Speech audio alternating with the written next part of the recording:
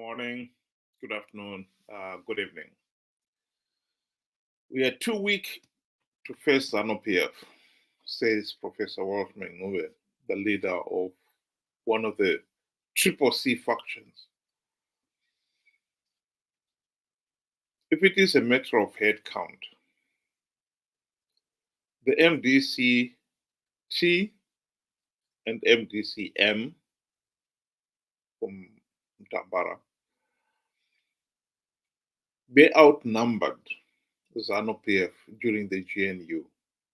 They had more MPs, more senators, more deputy ministers and ministers, plus the two deputy prime ministers and the prime minister himself.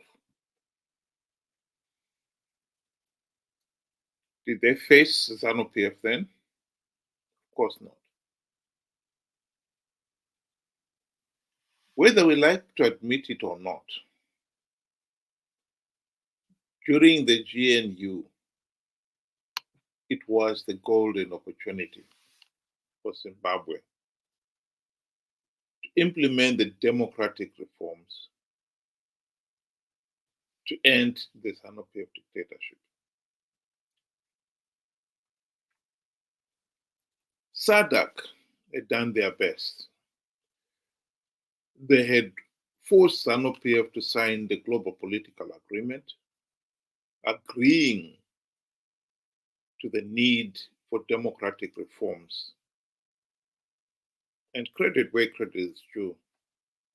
SADC leaders, notably South Africa's Minister Lindiwe Zulu, did push hard for the reforms to be implemented. It was to no avail. Robert Mugabe bribed the MDC leaders with the trappings of high office, the E-Class Mercedes-Benz limos, the very generous salaries and allowances, the US $4 million mansion for Tsvangirai himself, etc., etc. In return, the MDC leaders kicked the reforms out into the thorny devil cactus thicket. Not even Minister Lindiwe Zulu's constant nagging could get them to lift a finger on reforms. Mazwane MDC yadzidzira kuti kaanyerere. MDC leaders have learned to enjoy the gravy train lifestyle. They will never rock the boat, boasted the Zanu PF cronies when asked why MDC leaders were not implementing the reforms during the GNU.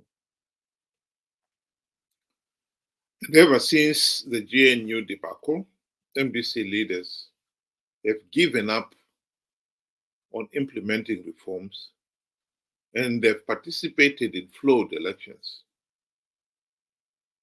for a share of the spoils of power. They've continued to promise their supporters that they would have democratic change, that the opposition will win power, because instead of implementing reforms, they devise strategies of winning rigged elections. That's all lies, of course. The tragedy for the country is that the ignorant, naive, and gullible voters have believed these lies and participated in flawed elections only to give Zanu PF legitimacy and perpetuating the dictatorship. A few of the MDC leaders ever admitted that they betrayed the nation by failing to implement reforms, especially during the GNU, when the one in a generation golden opportunity to do so. Professor Atham Tambara, leader of the MDC-M and one of the two deputy prime ministers in the GNU, is one of the few who have admitted it. I've been showing across the screen there a quotation from his book. As a collective political leadership, we should have taken time to apply our minds to the existential question, what next after the GNU? We did not address this matter. This was suicidal, confessed Professor Atham Tambara in his book, In Search of Elusive Zimbabwean Dream, of Volume 3.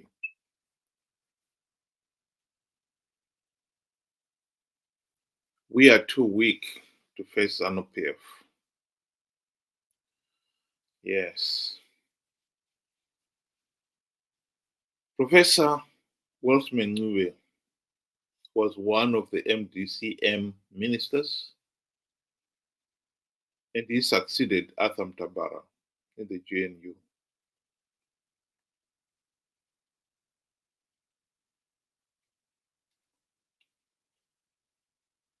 You did not face Zanu PF when you were strong, because you are breathtakingly corrupt and incompetent. The MDC leaders have not implemented even one token reform in 24 years, including the five years in the GNU. And for anyone to think they will do so now is naive. They participated in these flawed elections to give Zanu PF legitimacy and to perpetuate the nation's suffering. It is tragic that the people themselves have failed to see what is going on.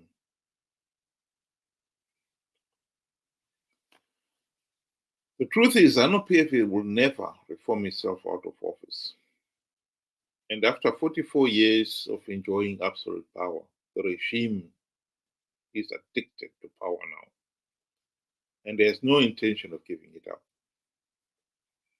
It has commandeered the nation's resources and is using the looted wealth to bribe all the key state players, including the police, the army, the judiciary, SADC, and the opposition itself, to help the regime rig elections and stay in power.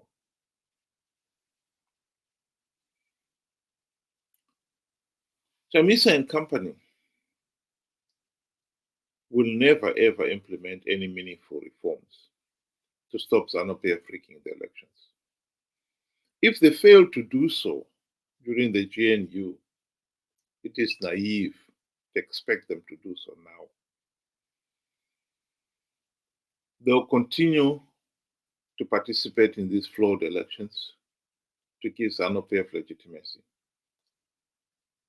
for the sake of the few gravy train seats.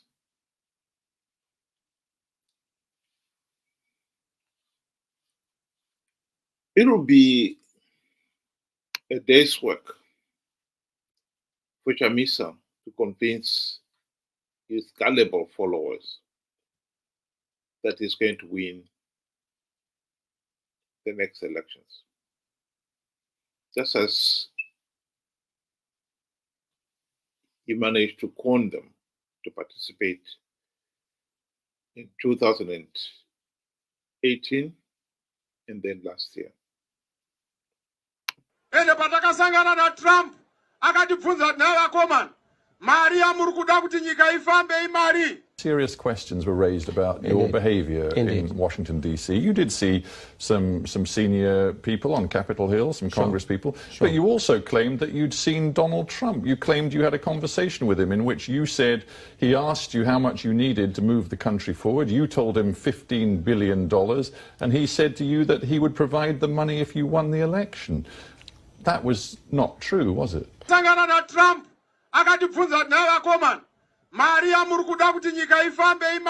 it was not true that you'd seen Donald Trump and that Donald Trump indicated to you that he would provide, if you won the election, $15 billion. All those statements were said by other people, not what I said. Trump,